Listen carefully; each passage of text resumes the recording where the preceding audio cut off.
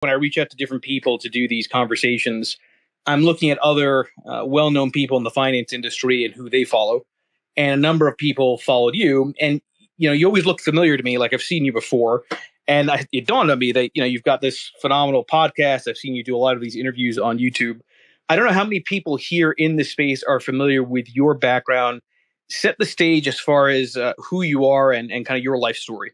Sure. Well, first of all, thanks for having me on and reaching out. Background, born and raised in Iran, lived there 10 years, escaped 6 weeks after Khomeini died in 89 to Germany, lived at a refugee camp there for a year and a half. Finally, we got our visa and green card to come to the States, came out here to Glendale, California, joined the Army, was in the Army for a few years, 101st Airborne. I got out.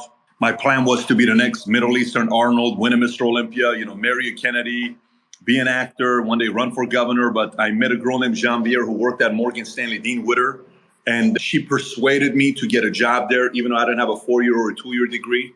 And I applied. I sent out my cover letter. I had a joke on the cover letter, which is what got these guys to actually, open up and say, I like this guy's personality. Maybe they found it funny. I got 15 interviews out of the 100 faxes I sent out. I got 3 job offers day before 9/11. Started off with Morgan Stanley, Dean Witter. I'm Series 7, 66, 31, 26, life and health till today. Left Morgan, went to Transamerica, was on the insurance side with VUL business for about 7.5 years. October of 09, started my own insurance company, grew it from 66 agents to 20,000 plus agents nationwide. We do around, anywhere between 8 to 12,000 insurance policies per month, specifically life and annuities. And around 2013, I started creating content on YouTube, and that grew to Valuetainment. And I've done some random interviews, whether it's mobsters, the late Kobe Bryant, George Bush, politicians, crypto community, and that led to another podcast. And now we got a few billion online views, and Valuetainment's turned into a podcast in itself. So that's briefly my story. I'm curious, how did you manage that growth, right? Because we know being an entrepreneur is hard, but the transition from entrepreneur to sort of more corporate can be quite challenging because entrepreneurs by nature tend to want to, I think, control everything. All right. So I'm curious in terms of that journey on the insurance side, how did you manage that growth? It's interesting you say that. I just had Cenk on, Cenk Uygur from the Young Turks, who politically, him and I are on complete opposite sides, but we were talking and he was just on a podcast. I left it like 20 minutes ago to come join you here. And that was part of the conversation because, the challenge when you are both a talent and you're hiring and you're firing and you have opinions and you're offending and it's a very challenging position to be. I'm not going to lie to you because sometimes I would do certain interviews or certain opinions I would give about capitalism and my opinions on minimum wage or my opinions on many different topics that was taking place. I would experience my employees saying, well, Pat, I disagree with you or I agree with you. And then I had to realize you have to kind of open it up and have a open dialogue, almost like a discourse debate where your own employees can disagree with you in an exchange of conversations to make them feel safe that they can be there. I'm not going to lie to you. It's not easy to do that, but you don't have a choice. If you want to be the CEO, if you want to be the talent, if you want to be the operator, if you want to be married with 4 kids, I got a 10, an 8, a 5-year-old and an 8-month-old, 9-month-old. It's not easy to balance all of that. But the bigger you get, Michael, somebody like you who's a person that's in business and you've done very well for yourself, everything is about hiring the right people that give you back hours for that week. The way I look at hiring a talent and teammates is, one, they're bringing skill sets that I don't have, but they're also giving me time back. For instance, if at the beginning, 2, 3, 4, 5 years of running the company, I'm doing 80 hours a week and I'm wearing 50 different hats, one by one, I want to give up hats to other individuals every time I can afford to hire somebody at 200, somebody at 100, somebody at 150, 50 at 50. And slowly but surely, like, okay, I was working 80 a week, 7 days a week, driving the company during the startup phase. But now I feel I have more time to make the bigger decisions, which is the thinking, the strategic, the vision. What do we need to do next? Who do we need to team up with next? What partner do we need to bring? What investments do we need to make? So obviously having the right people around you gives you back time to actually be able to think, strategize, and drive the company to the next level. When you're doing a startup gig, you are the culture, right? You're the corporate culture. And that kind of goes back to the managing of the growth, because part of growth is also making sure that not only you have the right people, but you have the right culture as an entity is going through hypergrowth. but you want to make sure that also that culture then goes beyond just you. So talk through to the audience how you think entrepreneurs should address the aspect of creating the proper corporate culture, right, when there's more sort of people in the seats.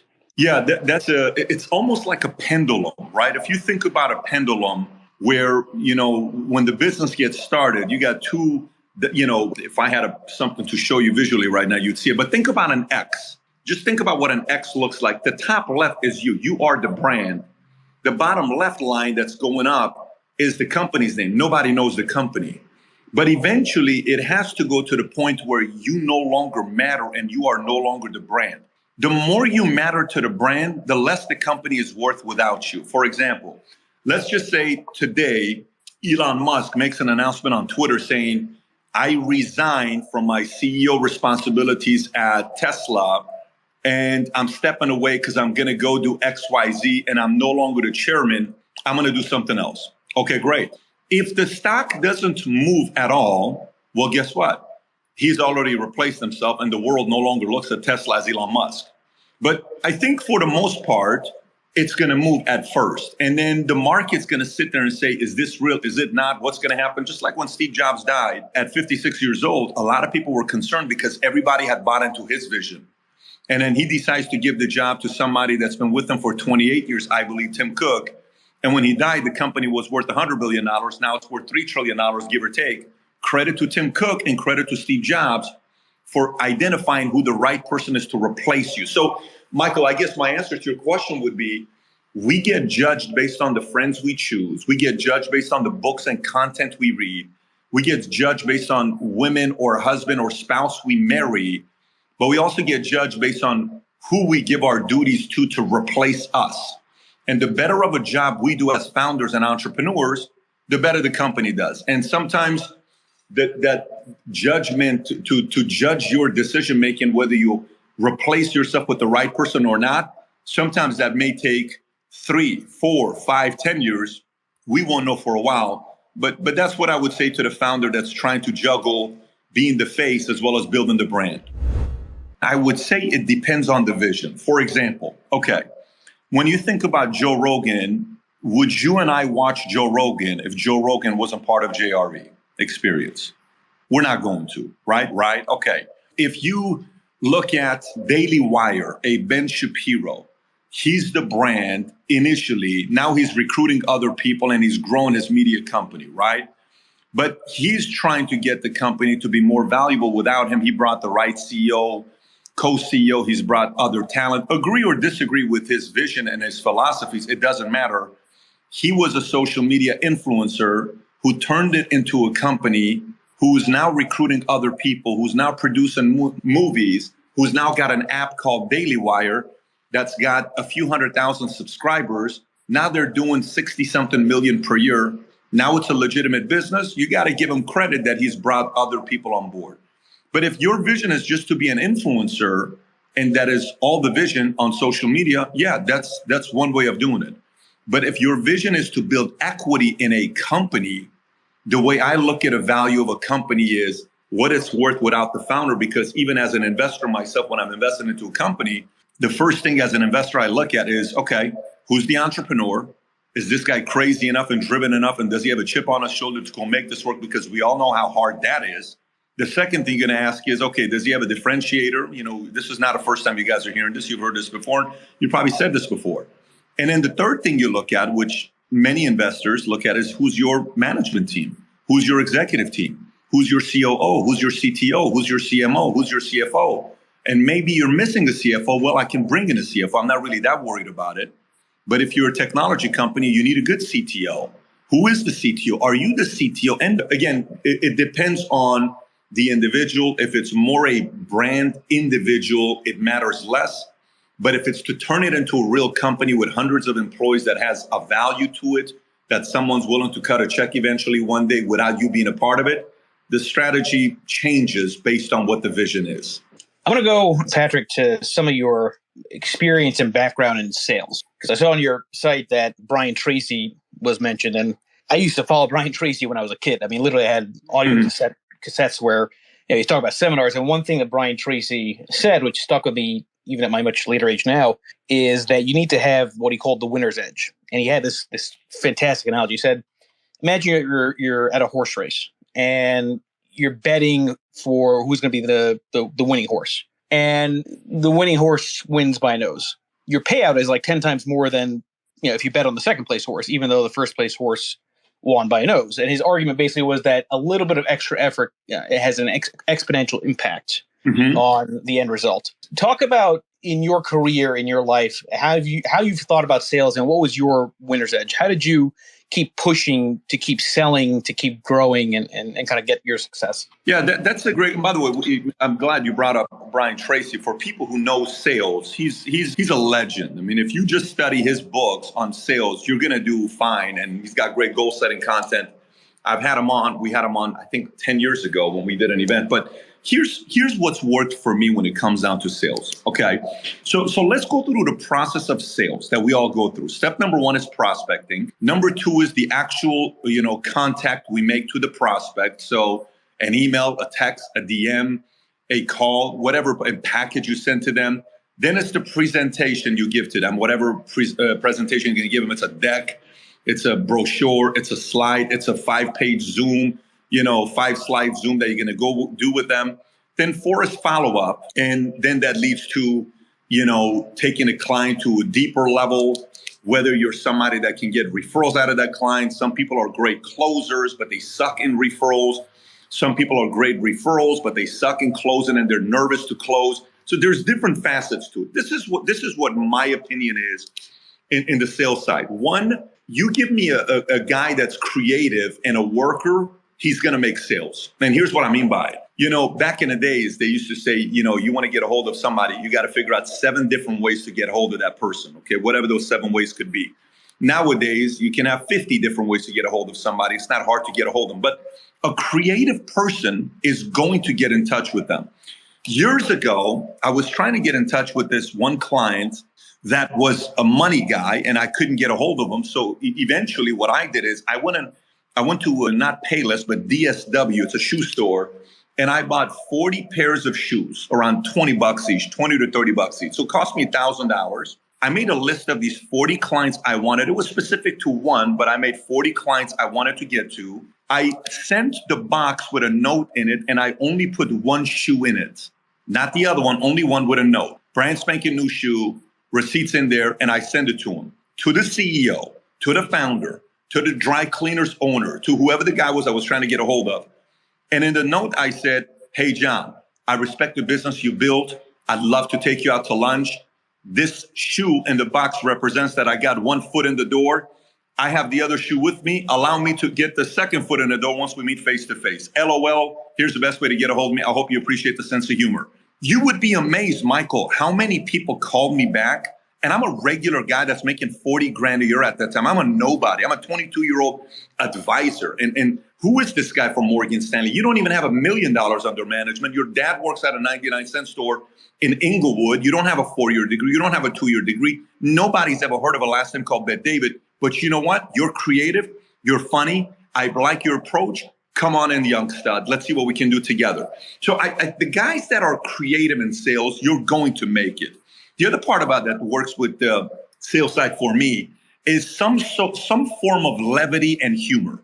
Some form of levity and humor has always worked. It doesn't matter whether I'm trying to sit down and I got a couple guys that are coming in here to meet with me from, Silver Lake, or if I'm meeting with a small private equity company in Greenwich and I'm having 6 meetings with them, or if I'm sitting with a client that I'm trying to sell $1 million insurance policy to, or if I'm trying to get Mark Cuban to do an interview on the podcast when I only have 1,000 subscribers 8 years ago, and he's sitting there saying, who the hell is this guy that wants to interview me? And then eventually 3 months later, I'm in, Mark Cuban's American Airlines Center at the Dallas Mavericks arena in his office, man cave that he built. And we do an hour-plus interview. And I only had 1,500 subs. And people are like, oh, you will never get this guy. Oh, you'll never get this guy. Look, creativity, humor, effort, patience, follow-up, discipline, long-term thinking, all of those matter. So I can talk about sales for hours, but I would just leave it at that. Okay, so but here's the challenge, right? So, and I agree 100% on that. I think a lot of my creativity has gotten me to where I am too, but creativity is hard to teach, right? So if creativity is key to sales, and yes, you can learn sales, creativity is that winner's edge, but how do you actually get somebody to understand how to be creative? Well, unfortunately, most creative people are not necessarily the hardest working people because they get distracted easily, right? So it almost benefits you to be a little bit more boring because you're more willing to do the day-to-day routine consistently than the other guy is. The other guy is going to get distracted and he's going to go from selling one product to another product to another product because he can't stay too still. It's almost like the left brain, right brain argument that you're making. And some people think the left brain is a way to win. Some people think the right brain is a way to win. But in this context, I think if you're a 4 in creativity, you may never be a 10, but we can make you a 6. You may be a 5 in creativity. You may never be a 10, but we can get you to a 7, to a 6. That additional ability to be creative and push the envelope will help you right now. If you're talking to me from the professional standpoint, it's a different conversation you're having. I was a guy till today. I work 6 days a week. I don't do 7. I take Sundays off, but I'm a 6-day guy. I'm not a 5-day. I'm not a 4-day. On the 6th day, which is Saturday, I work till 2 o'clock. Then I come home and I'm with my family for the weekend. And I'm back at it again on Mondays. When I was competing in the insurance or the investment banking industry, the business with other guys, I noticed, the basic things, one, long-term, nothing I'm telling you is going to be anything new. The discipline of working, the day-to-day of working, the no matter what. For me, if you and I went at it and we're competing, and let's just say 1 week you made 300 calls and I only made 200 calls that week, and the next week you made 300 calls and I only made 200 calls, so you're kicking my ass in 2 weeks.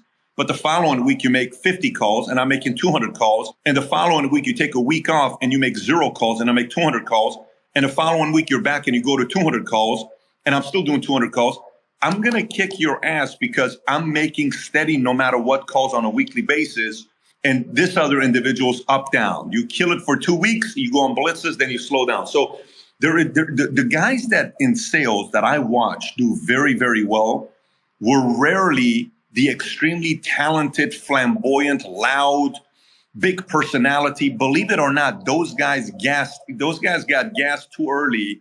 They got burned out too early. They got tired too early, and they leaned too much on their talents and personality, not enough in a skill set that's transferable to somebody else with strong habits. And then eventually you're like, well, I used to be very impressed with that guy, but that guy's not that disciplined. But I used to not be that impressed with that guy. Man, I got so much respect for him because this dude shows up every flipping day, no matter what happens. I salute this guy. I'd like to take his disciplines more than the other one. So again, it's a multidimensional question you're asking, but I would agree with you on the creativity side. However, I do think we can still make people a little bit more creative than they are today. Yeah, no, fair point. Okay, so let's pivot a little bit to the creativity in finding guests, right? For your podcast, I saw you had Danielle DiMartino Booth a couple of times. We've had her on. How do you go about finding different guests with such varied backgrounds? You mentioned the mobster side, but for one of the guests was a mobster. But I'm curious, just what's your process there, and what subjects have been most interesting in your career in terms of who you're interviewing?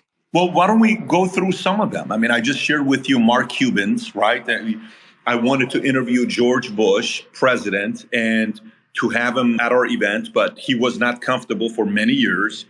And so I eventually did an event at President Bush Library and spent time with his family and got closer to the people he knew. So the more people I won around him that they said, this guy's a stand-up guy, then he eventually said, look, he was on vacation when he came and spoke at our event because it was August. So he left vacation, came, spoke at the event. We had 100 Secret Service agent and security there, flew back to Maine, but he gave us that time, even though he didn't need to do it, but it was winning people over around him. I'll give you the most basic way on how this thing works for me. So let's go back to high school and say we're 17 years old, 16 years old. And there is this girl I like, or you like, her name is Mary. And when you try to approach her directly, like everybody else, it just doesn't work.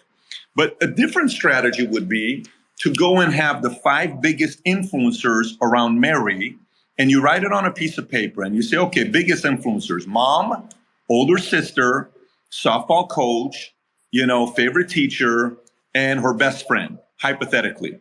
Okay, my strategy would be slightly different. I'm going to go win over the teacher. Okay, I'm going to go win over the mom. I'm going to go win over the best friend. I'm going to go win over their sister. I'm going to go win over their favorite, softball coach in a way that I win them over. And then when my name comes up, they're going to say, oh, Patrick, oh, I love really? Oh, why? He was I think he's interested. Oh my God, you should.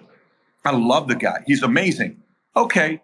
Then by the time I've won those 5 over, I say, hey, Marie, how you doing? Good. Oh my, Patrick, I was just talking about my mom with you. Oh, really? Yeah. Look, I'd love to take you out. What do you? And it's so easy, right? Because you won the people over. That same concept applies to sales. So if I'm trying to win over a person that I want on my event, say we want Kobe Bryant, I got to win over his agent. I got to win over his manager. I got to win over his peers. I got to win over his Vanessa. I got to win over people. Like Kevin Hart and I have a very, very good relationship together. But that took years of winning over a lot of people around because I'm not a celeb. I was not somebody that people knew. I didn't have any eyeballs on social, but it's a lot of legwork behind closed doors. Now, here's the other part, Michael. Here's the other part. In relationship, there are guys that know how to land them, but there are guys that don't know how to keep them. Just like in relationship, there are those women who know how to land a guy, but they don't know how to keep a guy. This goes both ways. I've lost many that I got, but I couldn't keep because I wasn't good myself when I was coming up in the relationship game. The same as business. So, but once you're able to get an influencer in that you build a great relationship with, now the game becomes how deep can you take that relationship? 1 layer, 2 layers, 3 layers, 4 layers? Are you handwritten notes? Are you sending cards to them? Are you doing certain things that people will forget and not do? Are you adding to a birthday list? From 2003, Michael, till today, I've sent birthday cards of anybody that bought a policy from me or anybody that worked with me that I ended up having a relationship with. Around 30,000 cards get sent out every year. Now, out of the 30,000 that get sent out every year, I would say 80% of them are a service that I just signed. The 20%, the closer I am, is handwritten notes, right? When you think about Bill Clinton, when they asked him a question, how'd you become a president? He says it's called, 20,000 people I collected on a Rolodex that I wrote cards to. That was how I got my campaign started. I think some of us can improve. Now, I had to improve in this area early on in my career. We may be good salespeople and we may be able to land a guest to come onto the podcast, but we need to be better builders of that relationship. And with Danielle, I built that relationship and asked what Danielle wanted, and we provided that for her. If it was I'll give you one that's going to be very strange, but an entertaining story. I don't know if anybody here knows Sammy DeBull Gravano. You know, Sammy DeBull, part of the Gambino family. He was the underboss to John Gotti. So Sammy DeBull, I interview Michael Franzese. And our interview on YouTube ends up getting 13, 14 million views. And it's all over World Star. It's on TMZ. It's on this. It's on that. And I'm getting all these messages. Well, Sammy leaves jail, comes out of jail. And I end up getting his phone number from a close contact of his because I wanted to do an interview because the last person that interviewed her was Diane Sawyer. He doesn't do interviews. He doesn't trust anybody. Well, the first call I had with Sammy, it was a 2-hour call of furious with me for having sat down with Michael and telling me the real history of the mob. And it ends an hour and a half later. I got one word in and he dropped F-bombs. You could just imagine what you would think the conversation would sound like. It was that times 10. By the time it was done, I said, Sammy, why don't you and I sit down and do an interview? And why don't you share this? I would never fucking do an interview. Blah, blah, blah. Well, okay, no problem. So I call him back, doesn't pick up. Follow up. Eventually, I said, look, I'm in Arizona next week. Do you want to have a meeting? Yeah, call me when you're in town. I get in town. He tells me, come and visit me here. Anyways, I go in and I end up visiting him in this building. That's the office all the way in the back. I went with one of my associates, Mario. Mario's like, should I call my mom and tell her I love her? Because this may be the last time I may talk to my mom. I said, Mario, hang in there. Everything's going to work out. So we go and we sit in the back and he's talking. 2.5 hours later, he says, you know what? I like your style. Why don't we talk about a possible interview? 6 months later, I interview Sammy ends up getting 15 million views just on one short clip, and then eventually ends up being a total of 100 million views with the media pickup and everybody else picking up that interview.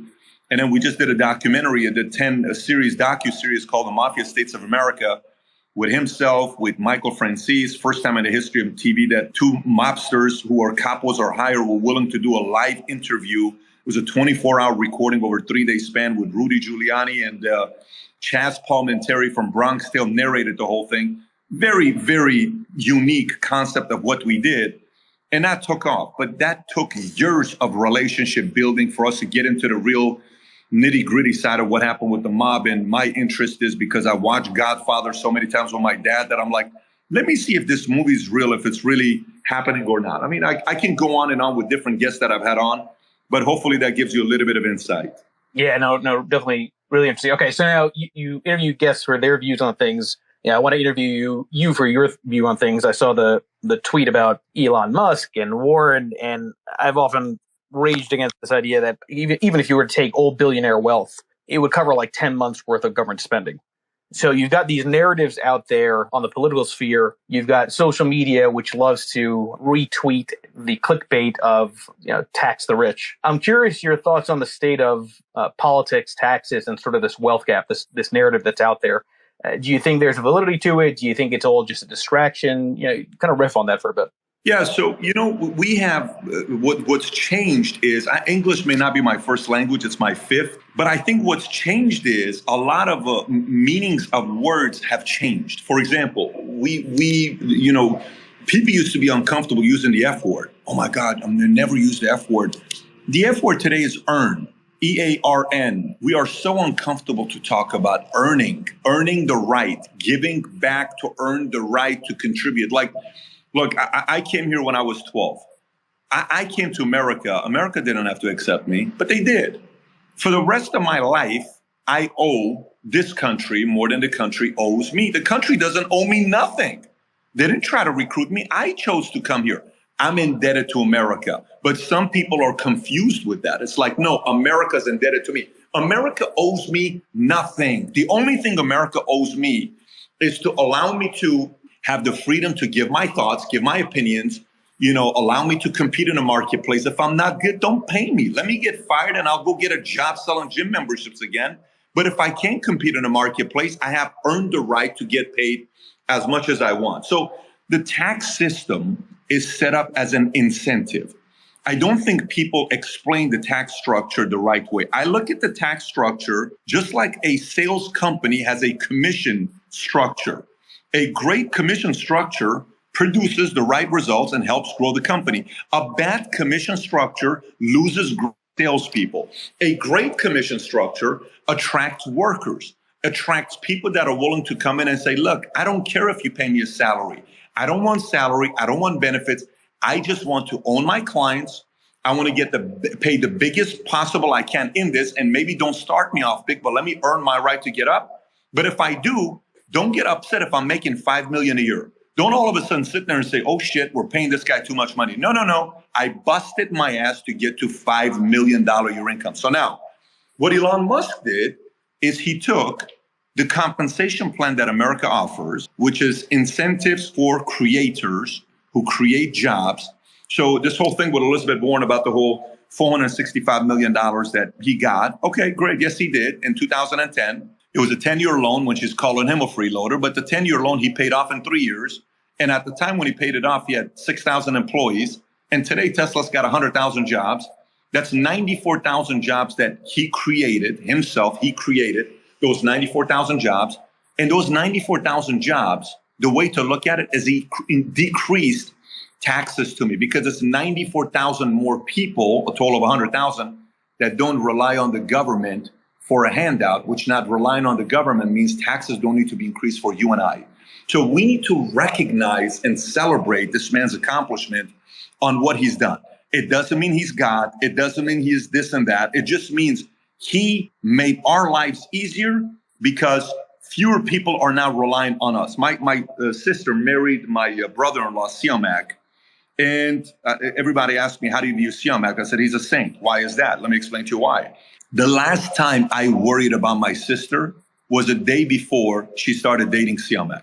Siamak and her have been married now for 20 years, give or take. I think it's 20 years, one of the best weddings I went to. But they've been married for about 20 years, okay? I don't go to sleep worrying about my older sister. I don't go to sleep about taking care of her health, taking care of her kids, taking care of anything.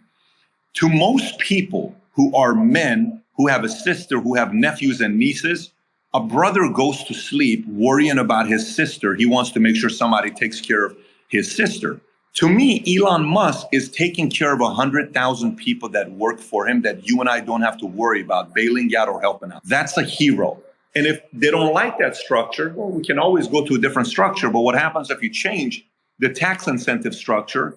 You'll see people moving from states to other places, and you'll see people moving from countries to other places. Things change, but that's the main thing when I think about our hero-making machine needs a little bit of help. We need to kind of recalibrate who are the heroes of America, who are the heroes of the world, and then not confuse kids to think heroes today are complainers rather than heroes being, doers and creators. And I know that's a tough topic for some people because that's not fair. That's not fair to do this. That's not fair to do that. Look, I admire people who wake up in the morning and figure out a way to win, even though it's tough. I salute you. So the biggest challenge I have with that story with Elizabeth Warren and Elon Musk is our hero-making machine needs a little bit of help. Do you find the wealth gap to be problematic at some point? And I say that because I know you interviewed Jordan Peterson before, and one of the things that Jordan Peterson said, which I agree with, is that you have to be careful that the wealth gap doesn't get too wide because that's what creates uprisings. Right. So, and given that you were born in Iran and, there are wealth gaps in every society, no matter what. But I'm curious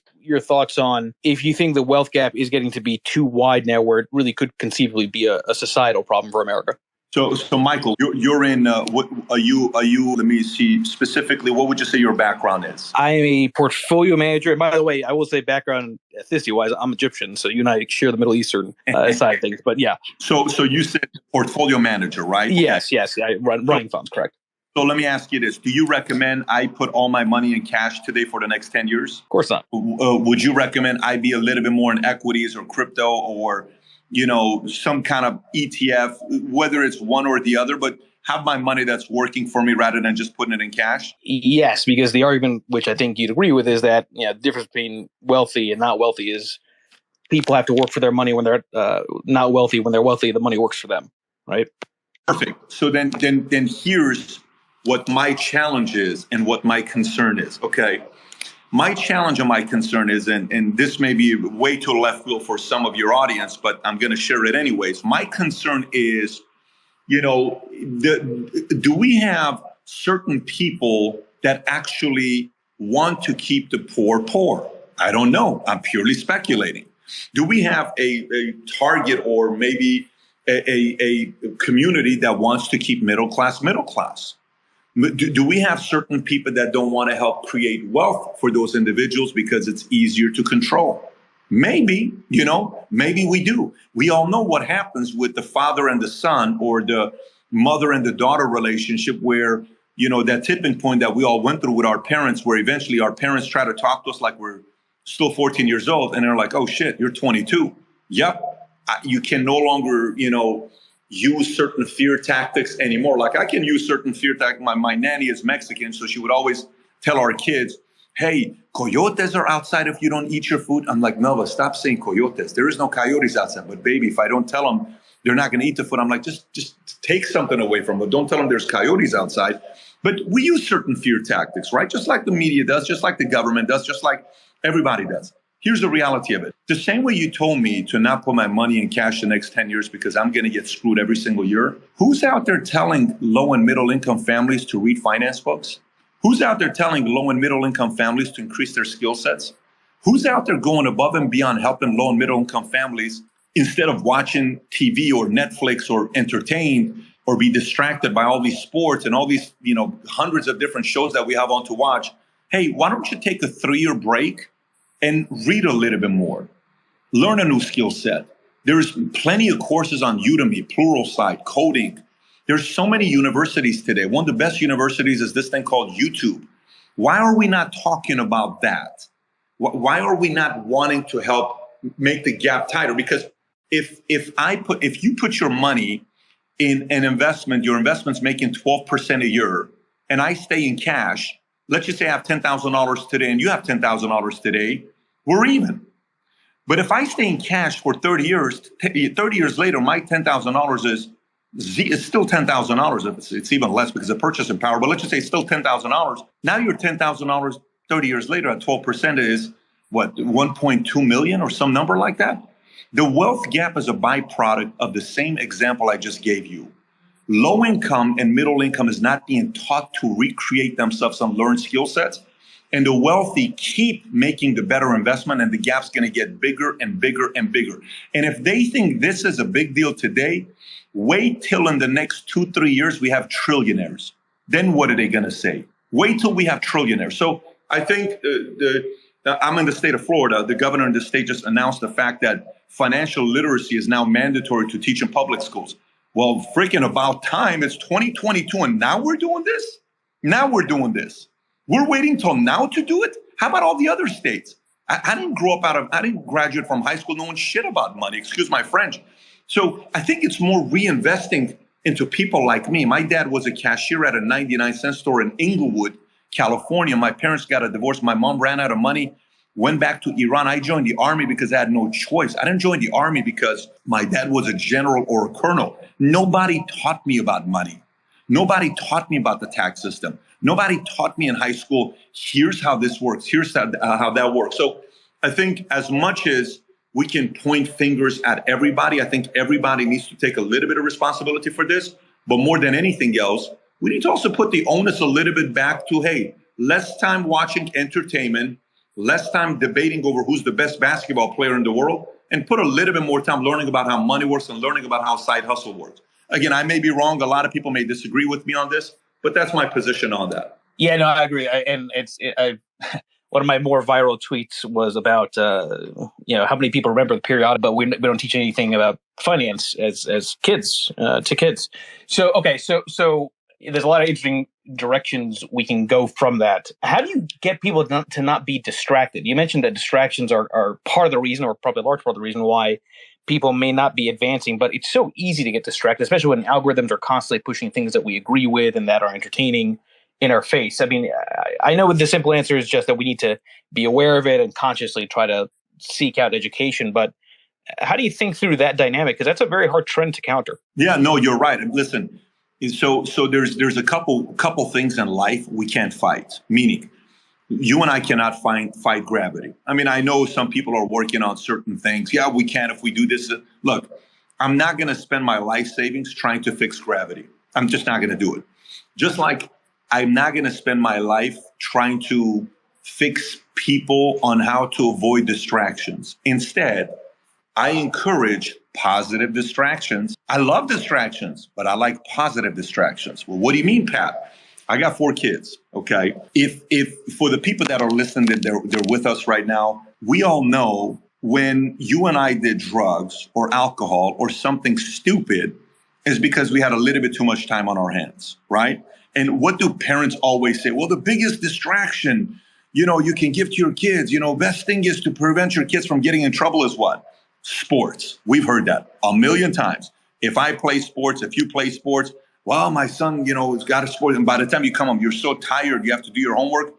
You don't have the chance to do something dumb, right? And we some of us are thankful that our parents put us in sports. But shit, if you're part of my community, I'm 6'5", 254, and I work out. And I never played organized sports in high school because I had a job at Haagen-Dazs at 14, 15 years old. And my distractions was bodybuilding. It was playing, street ball. And it was working, trying to find a way to make money. It was a positive distraction. So how do we fight distractions today? Except now we're 42 years old. We're 44 years old. We're 58 years old. We're 32 years old.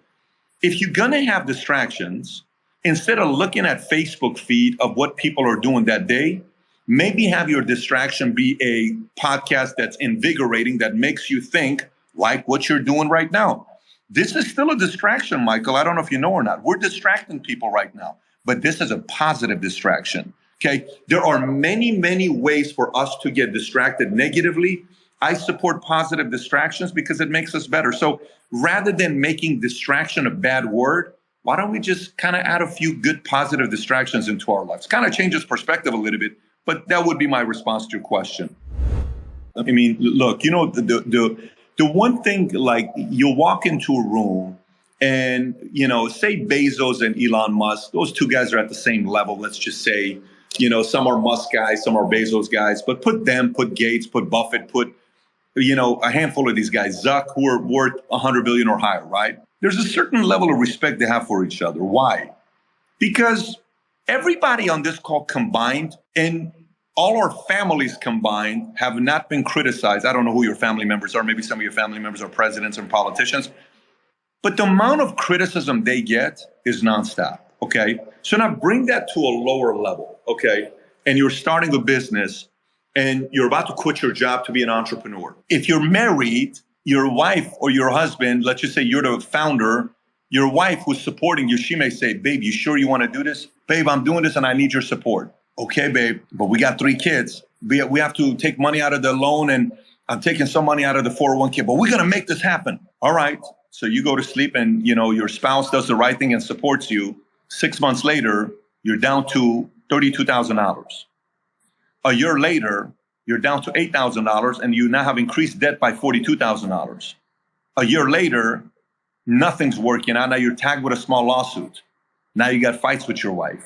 Now you're sitting there, your wife said, babe, we should have stayed at our job and we should have done this, we should have done that. These are all different challenges you're going to have to overcome in the journey of building a business. For me, when I was coming up, I first went into the technology route when I was 20 years old. And I thought that was how I was going to make my money. And I teamed up with this one company out of Santa Ana, California, and I would drive there every day. It was a technology company website. And one Monday morning, I go there and I put, God knows how much of my own money at 22 years old into this, and it's all on credit, minus the $10,000 out in savings. I knock on the door, the 30,000 square foot headquarters on a high rise in Santa Ana, California, right by Newport Beach. No one's opening the door. It's me and the president who walked there. His name is Ray Mario. We're at the door. I'm like, hey, Ray, do you have the keys? He says, Pat, my keys don't work. I'm like, what do you mean your keys don't work? You're the president here. I don't know why it doesn't work. Janitor shows up and he says, oh, what are you guys looking for? Well, we work here. Well, yeah, they just closed up shop. They came Sunday, they cleaned house. There's no way in the world. We're on the wrong floor. No, you're on 8th floor. What? Yes. Do you mind opening this? He knew us. Yeah, we'll open it. He opens it up. We see it. 30,000 square foot office space. That's a pretty good size space on one floor. They took everything out and left. And the guy who was running it was a former billionaire, one of the not Home Depot, but the guys before Home Depot, which I think was Homebase. He had made money. He had a $35 million house in Newport. I'm like, what the hell just happened? So 3 months later, I'm in debt $49,000. I have nothing going on. My dad's having heart attacks. I'm taking him to the hospital. He can't now work. I don't have any money. My sister's getting married, but we don't have any money to send her to her honeymoon. It's just a mess.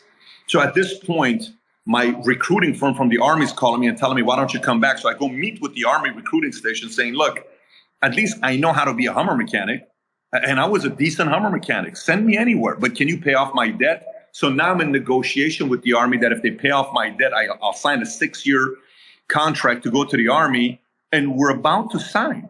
I'm about to sign. So I'm like, oh my God, do I do this? Do I not do this? Anyways, last minute, I don't sign. I say, let me just try this a little bit more. And then I did. Got into financial services. I started making money. The rest is history. But let me fast forward when we started the company.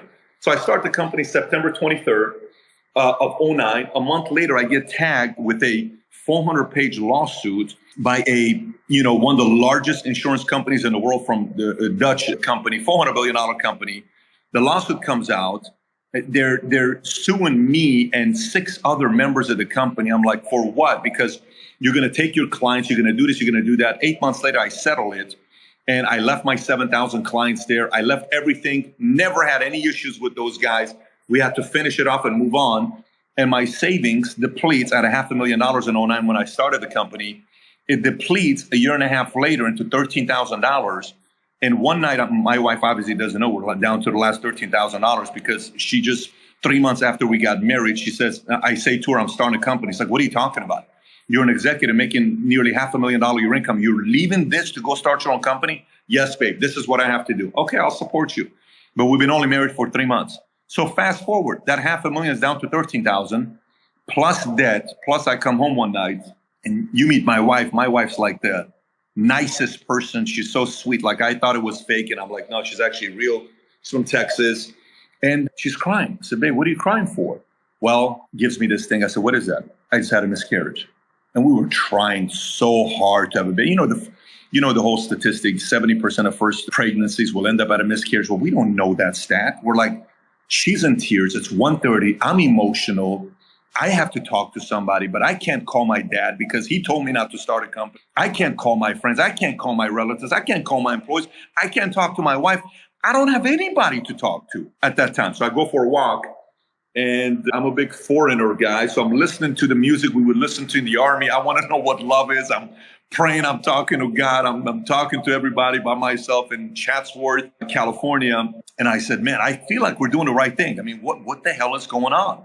I'm about to have to shut down everything. People are expecting salary next week. I don't have salary money. I only have $13,000. I got to pay commissions. I got to pay this. Well, next week, a $100,000 bonus came from AIG that was overdue, that we were not timing it to come sooner. It did. And that $100,000 check that came in gave me a little bit more of a lifespan. And then we doubled down. And then obviously it grew from there to what it is today. We've raised tens of millions of dollars at this point, and we have a solid valuation as a company. Oaktree Capital Management, managing director, they've raised a big chunk of the money for us. And we're at a different situation today. But I will tell you, I was probably week away from being out of business. Okay. I had to hold it together. It was emotional torture. It was the anxiety and the panic and the fear and all this other stuff. But what I was doing, rather than shutting down and hiding in my house and crying in the closet, is there's one thing this man named Bill Vogel told me, which was a great advice. Then he said, Patrick, I understand you're heartbroken. I understand you don't know what to do. I understand where you are. Here's one thing nobody can stop you from doing. I said, what's that? Nobody can stop you from working hard. Get up there and do your part. And every day I'm at the office, 7, 8 a.m., and I'm staying till midnight, every day trying to drive the company. And it eventually turned around. But this is why I got a lot of respect for business owners, entrepreneurs, job creators. This thing is not easy. There's a lot of people that, think this is an easy game. Anybody that does the business side and risks their marriage, risks their life savings, risks their steady job with benefits, all of that to run a business, you have to be a little bit off because it will be very challenging.